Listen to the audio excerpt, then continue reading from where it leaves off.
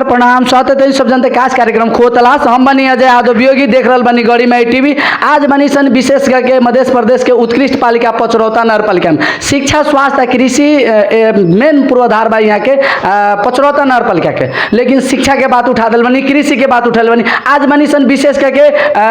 स्वास्थ्य क्षेत्र के कैमरामैन के देखा चाहे कि देखा फोकस कर देवे खातिर पचरौता नगर पालिका के कार्यालय जौन पीरपाती स्वास्थ्य चौकी में बनी आ ई पीरपाती स्वास्थ्य चौकी से पूरा ही पचरौता नगर पालिका 1 से 9 नंबर वार्ड तक ले खोप के कार्यक्रम चलेला। और वो लोग के जानकारी करा देम कि खोप के जितना कार्यक्रम सब ये अपने के स्वास्थ्य चौकी से होखेला। आज विशेष करके यहाँ के जे प्रमुख बनी सुनील कुमार शाह जी से समसामयिक विषय में हमने बातचीत करे जा रहा बनी। सर प्रथम स्वागत बा सर, सब जनता काज कार्यक्रम खोतला। नमस्कार। ये गर्मी में कैसन बनी? पहले एकदम बढ़िया बानी। अब बीमारी कितना बढ़ल है? गर्मी तो अबके पानी पड़ल बा मधेश में, लेकिन पहले गर्मी रहल, बिरामी के संख्या कितना पड़ल? अभी कथी बाटेल कि बिरामी के संख्या पहले के अपेक्षा कुछ मीडियम में ठीक ठाक बाटेल और ज़्यादा गर्मी भेला के कारण से हमने के बिरामी की संख्या हवाते बढ़ गई रहे, लेकिन अभी 2-4 दिन से पानी पड़ला की वजह से कुछ हमने के बिरामी संख्या न्यूट्रल में बाटेल। कहे के मतलब कि अभी 35 से 40 के एवरेज में हमने के ओपीडी में बिरामी आ रहा बाटे। सर एगो बात बताइए, जब गर्मी हो गया पानी पड़ल तो हमने बिरामी के संख्या का बढ़ल है, कौन रोग लागल है? ये हमने के वायरल मतलब कि मौसम जो सीजनली चेंज होखले ओकरा कारण से हमने के वर्षा वाला पर वायरस के जो मात्रा से बढ़ला के कारण से हमने के शरीर में इफेक्ट पड़ल है। ओकरा के एलर्जी किस्म से मौसम एलर्जी कहल जाए ओकरा के कि मौसम के कारण से आदमी के शरीर में रुगा खोके की संख्या, फीवर, बुखार के मतलब कि ऐसा रोग सब बढ़ला के कारण से हमने के हेल्थ पोस्ट में बिरामी की संख्या बढ़ जाले। आँख पाके के समस्या बहुत देखल जाले, बहुत जगह हमें जिला के हम सुन ले बानी, लेकिन अपने ओरी कैसन भाई? हमने ओरी आँख पाके के समस्या एकदम अभी कम बाटेल। जब से हमने के ट्राकोमा के लेके दवाई चलल एजिथ्रोमाइसिन कह के हम लोग चलल रहे तब से हमने के आँख पाके के समस्या एकदम कम मात्रा में बाटे। कभी कभी ये हमने के मौसम चेंज के कारण से आँख पाके के समस्या हो जाले, लेकिन हमने के हेल्थ पोस्ट में ओकर दवाई अवेलेबल होला के कारण से हमने दवाई दिला पर तुरंत कैच कर जाले। खास करके अभी बीमारी के जो लक्षण सब बुखार होखे चाहे अपने के पेट झड़ी होखे, गर्मी में ये सब बहुत होखेला। अपने लंग सर ये पीरपाती स्वास्थ्य चौकी में कैसन किस्म के रोगी सब होता? हमने लगे बुखार के भी बहुत ज़्यादा आवल है, पेट झड़ी के भी आवल है, और उसके बाद में बच्चा सबके भी बहुत यहाँ संख्या में जैसे अब पेट झड़ी होके बुखार होके यहाँ हमने के अब रोड लाइन में होला कारण से एक्सीडेंटल केस यहाँ बहुत आवल है, जैसे गाड़ी से गिर के फोड़ फाड़ के ऐसा केस हमने के। और डिलीवरी चेक जांच में भी हमने के अधिकांश यहाँ लैब के सुविधा भेला से, बर्थिंग के सुविधा भेला से हमने के पेशेंट के यहाँ चाप बढ़िया बाटेल, बढ़िया पेशेंट। पेशेंट के संख्या कितना बा सर बता? हमने के अभी लगभग 35 से 40 करीब में एवरेज में बाटेल, कभी 50 भी पुग जाले, कभी 30 भी पुग जाले, लेकिन एवरेज हमने 40 लेके चले, लेकिन 40 के हमने के एवरेज में पेशेंट बाटे। सर वो बताओ तो नहीं है कि हमने के 80-81 से 81-82 में बोलू निमन आयल, 82-83 में और से निमन आई कह के 80-81 में कितना बिरामी चेक करने वालो, 81-82 के बाद में ये जो अभी 82-83 आई वो में कितना लक्ष्य रखना मनी, ये 3 गो आर्थिक वर्ष के बता दीजिए। हमने के कैटेगरी की अब कैटेगरी छटे आके जैसे हमने के यहाँ सुविधा में बर्थिंग बाटेल, बर्थिंग के हिसाब से हमने के कुल कितना देखिले, कुल कितना बा बर्थिंग बाहेक हमने के ओपीडी के कितना? ओपीडी के प्रत्येक महीना के लगभग 5 से 6 से हमने पेशेंट देखेली सब। हाँ, साल के कितना हो जाए? लगभग अपने के 12-6-72 लगभग 7,000 लोग, 6,000-7,000 लोग के हमने। सर 7,000 लोग के एक साल में देखिले, दवाई पर्याप्त मात्रा में पचरौता में कादू ना पुगे सकेला, ये खाली कागज में बनले रही कि दवाई भी दिले लोग? कथी बैठल कि पहले के दवाई के हम ना बताएं, लेकिन जब से हमने ये संस्था में आयल बारी दवाई के कहियो अभाव नहीं के भेल। हाँ, दवाई एकदम पर्याप्त मात्रा में हमने के बाटे। खाली सीटामोल, एगो कान में के ड्रॉप आ खाली एगो मलहम हुए कि कोई प्रकार के मतलब ऊ प्रकार के दिले महंगा जौन भी दवाई हेल्थ पोस्ट सप्लाई नेपाल सरकार सप्लाई में कहले बाटेल, लगभग हमने के 90% से एबव 10% वैसे भी इधर दवाई सब कभी कभी कम हो ही जाले, लेकिन लगभग 90% दवाई हमने लगे अवेलेबल बा। आर्थिक वर्ष के अंत में हमने आके अभी नया आर्थिक वर्ष शुरू बा, अभी तो अभावे होई ना अभी भी हमने लग दवाई के एकदम पर्याप्त मात्रा में बाटे, कोनो दवाई कमी नहीं के। जब से मतलब कि व्यवस्थापन हमने के सही सलामत भेल तब से हमने के दवाई के कमी के संख्या मतलब न्यून हो गई बाटे, दवाई न हो रहा कह के कहला से भी हो जाए। अब बताइए सर, अपने कहते रहनी कि यहाँ बर्थिंग सेंटर बा, आ बर्थिंग सेंटर में खास करके गर्भवती लोग के माने यहाँ गर्भ करावल जले यहाँ बच्चा माने होखेला कितना होखेला वर्ष के कितना पता होता नहीं कति बैठल कि हमने के 80-81 में कुल यहाँ 72 गो हमने सुतकरी करावे सक्षम भे रहनी सर, लेकिन 81-82 में हमने के संख्या 156 गो पुगल। कुल बढ़े के कारण कथी हो? बढ़े कारण पहले व्यवस्थापन के कमी रहे। व्यवस्थापन मतलब कि अब जैसे हमने के बर्थिंग होला के बाद में कैश यातायात खर्च देवे के पड़त रहे, जौन कि यहाँ अभी कैश के व्यवस्था ना रहे। ओकरा कारण से आदमी जौन भी सेवा सुविधा लेवे आवे लेकिन ओकरा कैश ना मिलने कारण से, और बेनौली हेल्थ पोस्ट या आधार में कैश मिलने कारण से लोग वहाँ चल जाए। और सेवा सुविधा भी कर्मचारी के अब का रहे, व्यवहारिक रूप से भी इसमें फर्क पड़ल है। लेकिन जब से हमने यहाँ आईनी तब से लगभग हमारा इस संस्था में शुरू में तो पीपर पाती में हमारे नियुक्ति आईनी कानून से तो भइल, लेकिन 1.5 साल हम पचरौता नगर पालिका के योजना शाखा चलैनी, योजना शाखा प्रमुख होके। मतलब नगर पालिका से अपने रिलेटेड रहनी पहला रिलेटिव बनी, और 1.5 साल के बाद में 18 महीना के कुल कथी करल जले योजना शाखा से रुआ बानी। एगो प्रश्न भी आ गेल, और बजट बोलू शिक्षा में बेसी रहेला, कृषि में बेसी रहेला, स्वास्थ्य में कम रहेला, वास्तव में सर कम बा? देखो स्वास्थ्य अपेक्षा कैला के बाद में शिक्षा के माध्यम देखल जाए तो शिक्षा से कम बजट स्वास्थ्य में जरूर बाटेल। हाँ शिक्षा, लेकिन इस साल में भी देखल जाता तो स्वास्थ्य में भी लगाने, जैसे इस साल में ये स्वास्थ्य चौकी में 20 लाख रुपये मेयर साहब रखले बन स्तर उन्नति कह के, जौन कि ये संस्था के रंग रोधन से लेके टाइल मार्बल ऊपर के हमनी के जस्ता पूरा चुअले, बरसात बेला पर पानी लग जाले ओकरा के फाइबर चेंज करे के, रंग रोधन करे के कह के रखले बरन। हाँ तब ये अभी ये आर्थिक वर्ष में स्वास्थ्य के बजट भी लगभग ठीक ठाक कहे के पड़ल, लेकिन कार्यक्रम चलावे के हिसाब से अदर स्वास्थ्य के कुछ बजट शिक्षा के अपेक्षा कम बाटे। एक बात बताइए सुनील सर, खास करके अपने दक्ष जनशक्ति के अभाव भेला से बहुते जगह माने बर्थिंग सेंटर ना रहेला, अपने लोगन में अदक्ष टाइप से कराए, लेकिन दक्ष बा वैसन आदमी बा चाहे वैसन दक्ष प्रैक्टिकल कल आदमी लोग रखले बनी के नहीं बा पता? हमने लगे पहले से यहाँ SBA कर्मचारी ना रहे 72 के 80-81 में, 81-82 में जाके हमने लगे एगो SBA के बेनौली हेल्थ पोस्ट से सर्वे होके आयल, और एगो SBA हमने के JJYC के तरफ से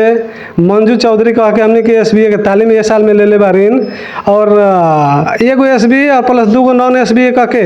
हमने के 156 गो यहाँ सुतकरी करावे सफल बनी, और अपेक्षा कैले बानी कि अब तो हमने लगे 2 गो SBA हो गए, एगो बेनौली से उमरावती सहनी आयल बारी, एगो हमने के मंजू चौधरी का मतलब डबल हो गए, 2 गो SBA हो गए, एगो नॉन SBA बाटेल। पोर के अपेक्षा इस बेल में हमने के लगभग SBA बर्थिंग करावे के बढ़िया अपेक्षा रखले बानी कि कम से कम 2 बार ना तो 1.5 जरूर हमने आशा कैले बानी। सर एगो बात बताओ तो नहीं है कि रुआ लैब भी बा, लैब कहत रहनी है कि हमने 1 से 9 वार्ड के हमने सामान ने खोप के पूरा कार्यक्रम करिले, ये ला के बा बजट चाहे अपने लोन के करें कथी बैठल कि नेपाल सरकार के प्रावधान आधार पर प्रत्येक पालिका में एगो खोप के हमने के शाखा होए के पड़ल है, जौन कि जिला से हमने के खोप जौन भी रेगुलर प्रोग्राम के खोप से बाटेल बच्चा सबके लगाए वाला, जैसे BCG से लेकर के पोलियो, DPT, AMR, दादुरा सब के जौन सब आवल है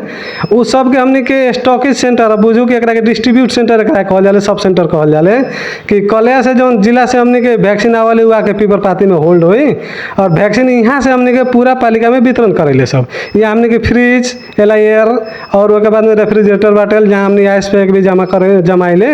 और प्रत्येक 1 दिन पर आइस पैक हमने प्रत्येक स्वास्थ्य चौकी के हमने वितरण करेली। सर सावन 21 गते आज रुआ लोग खोप चला रहल बनी, ई काथी के खोप है जानकारी का देवे के चाह? 4 दिन से रुआ कहत रहनी 17 गते नियमित हमने चला रहल बनी, आजू कति छूटल फूटल के चला रहल कथी बैठल कि हमने के पचरौता नगर पालिका, सिमरौनगढ़ सब में अब 3-4 गो पालिका में मंथली शेड्यूल अनुसार से जिला हमने के बांट के वैक्सीन देवल है। अब बांटला के बाद में एक चरण में हमने के कोलवी साइड में, सुवर्ण साइड में चलल में, दूसरका 17 गते से लेके और 21 गते ले हमने के ये एरिया में वैक्सीनेशन कार्यक्रम जैसे कि रेगुलर प्रोग्राम के होगल है। रेगुलर प्रोग्राम का मतलब कि बच्चा सब जौन जन्म से लेके और 15 महीना के भीतर के जौन हमने के महामारी से बचे के लिए खूब से लगावल जाले, वो हमने के रेगुलर प्रोग्राम अंतर्गत आवल है, और वो हमने के जिला से आके पालिका मार्फत पीपरपाती स्वास्थ्य चौकी में स्टॉक होगल है, और यहाँ से हमने पूरा पालिका के स्वास्थ्य चौकी के वितरण करेले, और वितरणों केंद्र बा स्टोर के रूप में भी एकरा के देखल जा सकता। सर एगो बात बताई, खास करके जिला स्वास्थ्य कार्यालय 12 से अनुगमन नियमित, यहाँ तो अपने के स्वास्थ्य कार्यालय कुछ दवाई भी देवेला देवेला, कुष्ठ रोगी के चाहे टीबी वाला सके सारा के देवे करेला, और वह कहत रहनी वो लोग अनुगमन करेला कि नहीं? जी हमने के जिला से भी रामनरेश सर आवलन, बेला बेला में आके अनुगमन करलन, देखलन कि हाँ कैसन कारोबार बाटे।